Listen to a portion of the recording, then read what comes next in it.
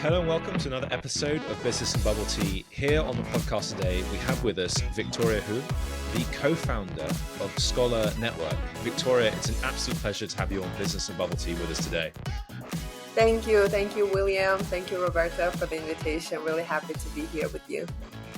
Welcome, Victoria. And let's start with SCOLAR Network. Can you tell us more about it and maybe a little bit more about your background as well? Sure. So my name is Victoria Khu. I'm Chinese Russian. I was born and raised in Russia, grew up in Siberia, close to the beautiful Lake Baikal, which is the deepest freshwater lake in the world. And 11 years ago, I came to China to do my undergrad in Beijing Language and Culture University. Then I did my master's at Tsinghua University in the School of Journalism and Communication. And today I'm leading this community called SCOLAR Network, SCOLAR. So it's a community and organization for young leaders coming from the region of the Shanghai Cooperation Organization countries. And Shanghai Cooperation Organization, or the SCO, is an intergovernmental international organization that was founded 22 years ago, 2001, by the presidents of 6 countries. And right now there are 21 countries. So what we do is we work with this region because the SCO region has more than 1 billion youth in the age 18 to 35. Yeah. So and that includes China, Russia, Central Asia, Pakistan, India, Nepal, Sri Lanka. And it's kind of a huge region of neighbors. Mm-hmm. This is how we normally address it.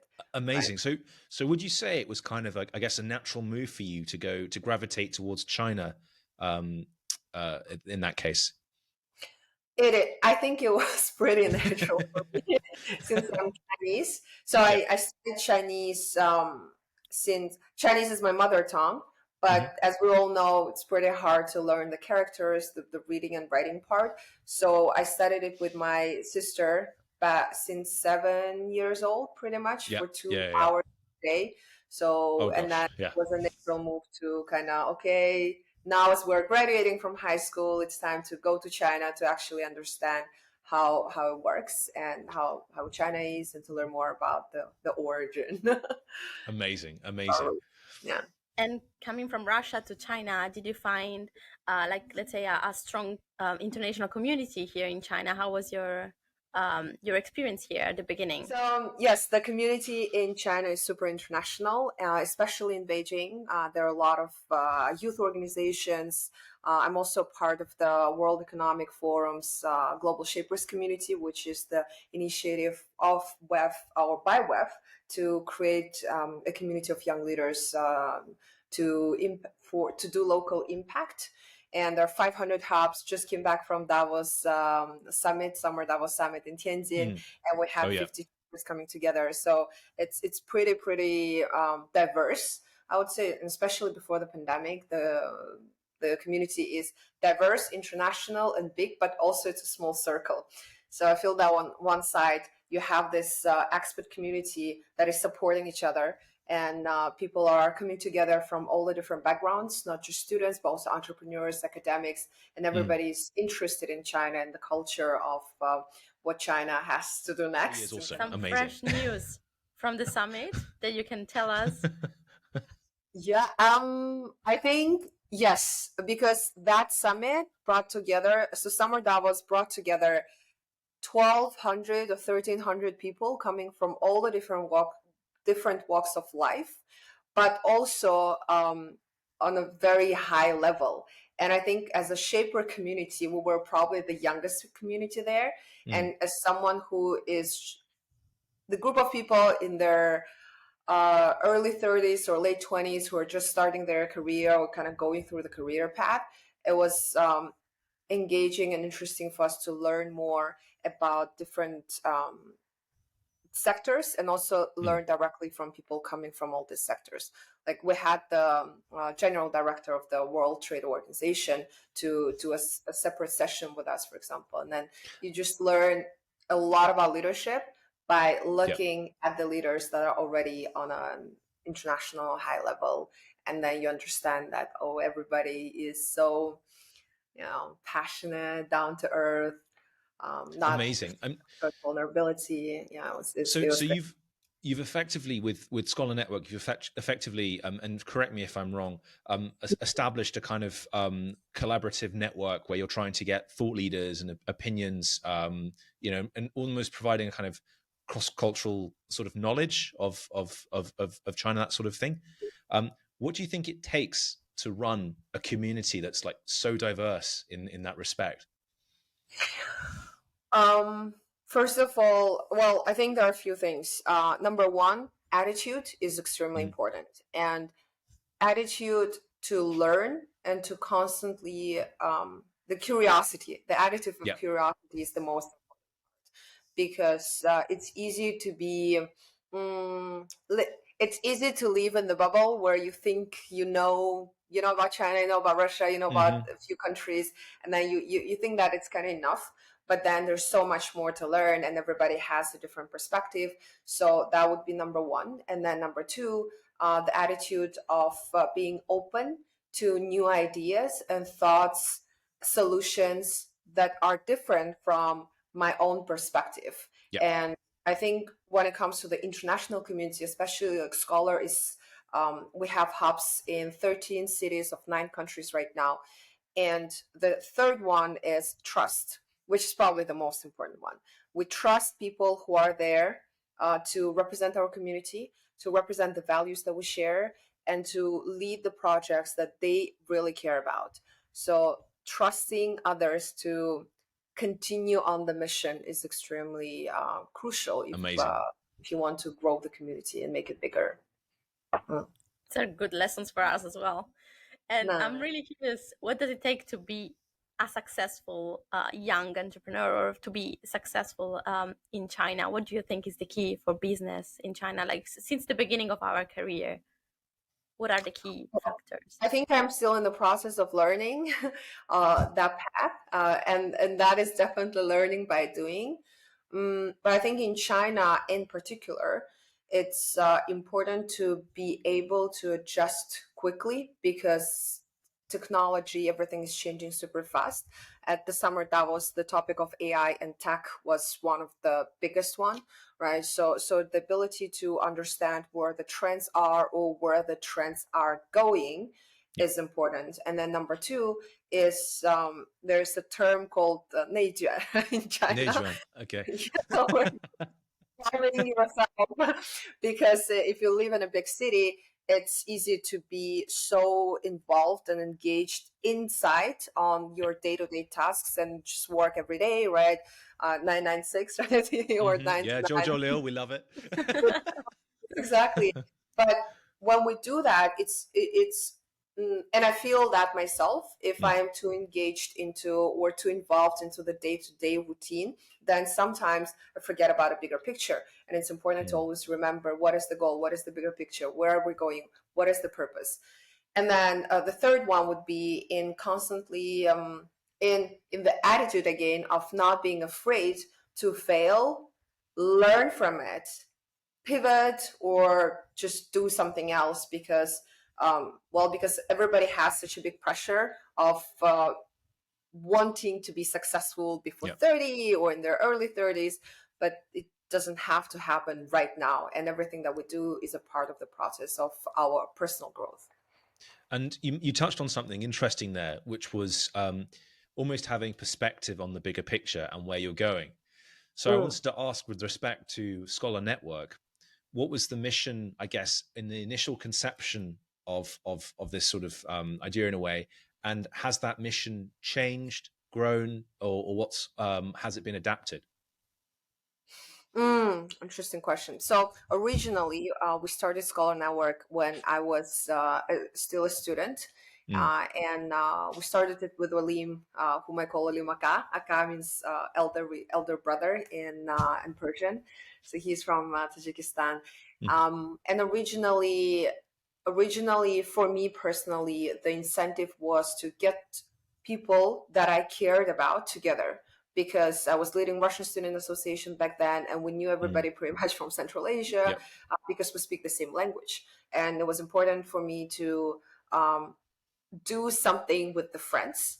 But then when it grew into something bigger, into the region, and then we had Pakistan and India joining as CEO, so we had this switch from Russian language to English, so everybody will be able to communicate. And later on, it grew into something even bigger. So for me, I would say right now the mission of Scholar is to cultivate talents and bring together young people that really care about changing their community. And it doesn't have to be global. It doesn't have to be international. It could be simply starting with your own local community, but one step at a time. And then, if I may add, my personal motivation is very much into the education and opportunities that I had because I was able to study abroad. And I feel elite because of that, the ability to right, the ability to choose where you want to study and where you want to live and what do you want to do is a privilege. And I feel the responsibility of sharing that as much as I can with my work with other people. When did this start? Like, why did you decide to start Scholar Network? When did you find this need to help other young people to achieve their dreams and their objectives? Yeah, I read somewhere that passion is always connected to your personal experience. And for me, because I'm coming from the family of immigrants in the third generation, my grandparents worked really hard. I mean, in the 1950s, if people would make nobody wanted to leave outside of their own country, right? And they immigrated from China to Soviet Union. And my dad was born in Soviet Union, and they worked really hard for their kids, for my parents to have education. So I feel that for me, my parents worked even harder for their children, so for us and for me and my sisters to be able to study abroad. So they invested a lot into Chinese, and then we went to Tsinghua. My sister went to Peking University. So I think it was a good choice. Well, we will, you know. I am biased. No, but I feel that it comes definitely from hard work and consistent work over a long period of time, over decades, but also from the place where I feel that people who have the opportunity to get higher education can definitely change their lives. But I'm not an institution, so there in Uzbekistan, for example, only 10% of all the high school graduates could actually go into the university. Others will go to colleges or start their work directly. And I feel that if we can, if not give the knowledge, but the soft skills part for people to be able to navigate better in their future careers, then they will have probably more choices and the ability to tell them that, hey, it's not that you have to go only through one path, but just sharing them with them that there are other choices as well is what I see as our mission, and the ability to, in the long run, to create it, and not only based on volunteers, kind of hubs organized work, youth self-organized work, but also on the actual funding of their education is something that I want to do long term, and it's something where kind of Scholar is slowly but surely heading. And what do you see is, I guess, so you have a lot of people attend your part of your network and programs, that sort of thing. What do you see as a kind of common theme that is sort of indicative maybe of potential for success? And you mentioned that you don't necessarily have to go on to higher education, for example, and there are other paths. What do you think is one of those markers for success, at least in the context of China, I guess, cross-border kind of knowledge sharing, this sort of thing? I think China is an interesting. China has a lot of interesting case studies, specifically for young people, specifically for those who are not in the universities. I remember, and that the mainstream is in live streaming and everything that has to do with social media. And right now we see that there are quite a lot of people who are in their early 20s, and they're earning by live streaming, by becoming influencers, by selling, doing e-commerce. Yeah. And I remember that there's once I was at the session, and there was I forgot his name, but he's super famous. He's from Xinjiang. So he introduces Xinjiang products and restaurants by broadcasting it online. His entire team are all early 20s students. They're not students, they're high school graduates. They didn't go to the university, but they worked extremely hard. Yeah. And he said that it's important for him to be open to their team members to see what these youngsters have to say, because they have different solutions and they have a different perspective. And I feel that if, because of the social media and because of these online opportunities, young people can they can hustle in a different way. Yeah. That would be China context specifically. And about cross-border, if you have Cross-border, any, yes. So for cross-border, I would say what we are specifically doing right now with Scholar is educating young people about their neighbors, because the countries that we work with are all mostly our neighbors of China. And I feel that if people really want to be globally competent, they have to know their neighbors, they have to know the countries. Yeah. So for the cross-border, there are trade opportunities for sure, but we're also tapping into more projects or more areas. And this is one of the functions or missions of our hubs, and the reason why we have this student or young professional network, so people can work together by cooperating. And then in the future, the long-term goal is, okay, if we start a cross-hub project, it could be a volunteering project, but can it potentially grow into a startup that will have a Kazakh and Chinese, for example, starting something together? That would be the goal, right? This is what we really want to see. So and when you work with other countries, then it's important it always comes back to trust and to knowing somebody there on the ground.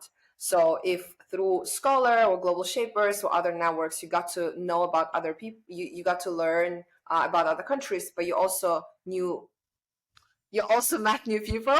So Yeah. so that it's would all be about really people. when it comes to, it's always about people and always about connection. And I guess as being part of this network, you must interact with businesses and government. Yeah. What would you say are some of the differences when you're collaborating with government versus business, for example? So when it comes to the government, the agenda is more specific. Yeah. And obviously, right? I mean, of course, the government has it's more based on the bigger picture. And when we work with China's government, we talk a lot about the Belt and Road Initiative and the countries that are part of it. We talk about SEO also from kind of what China is, because China is investing quite a lot into this organization. So what are some of the priorities, I would say, for the partners that we are working with? And but it's a lot about culture, because we work with young people, and that's the reason why we are working with youth. Because when it comes to youth, then the political agenda is becoming less important, and the values that young people share between each other is much more important. So, and that's why we work on cross-cultural and global competence, on skills building, and we don't touch the political part. And when it comes to the businesses, I think one of the biggest differences is again in the culture and mentality. And from what I've seen right now, the biggest gap that exists is in cultivating young talents or future business leaders who are able to understand the mentality and the culture of both countries, or even of multiple countries. And this is what someone, so the head of the World Trade, yeah. It sounds like a kind of cultural adapter almost that you're talking about. It is because in China, from what I've seen, when it comes to the business, people's aspect always comes first. If I don't like you as a person, I'm not going to work with you. So the ability to connect on a personal level is so important. And that's why there are all these business trips, right? Otherwise, we'll be just doing phone calls and Zoom and other Tencent calls. Exactly. So we have time for one final question. And on that note, what do you think is the biggest cultural barrier that we need to overcome in order to ensure we have good flow of business, this sort of thing? I would say the biggest one is in the mindset of being open to other cultures and to something that is not exactly the same as your cultural mentality. That would be probably the biggest one. Amazing. That's cool. So interesting. I guess in the way the Wenhua charge you or whatever, this kind of thing. That's amazing. Thank you so much. It's been so interesting having you on Business and Bubble Tea, Victoria. Thank you for having me. Thank you, Victoria.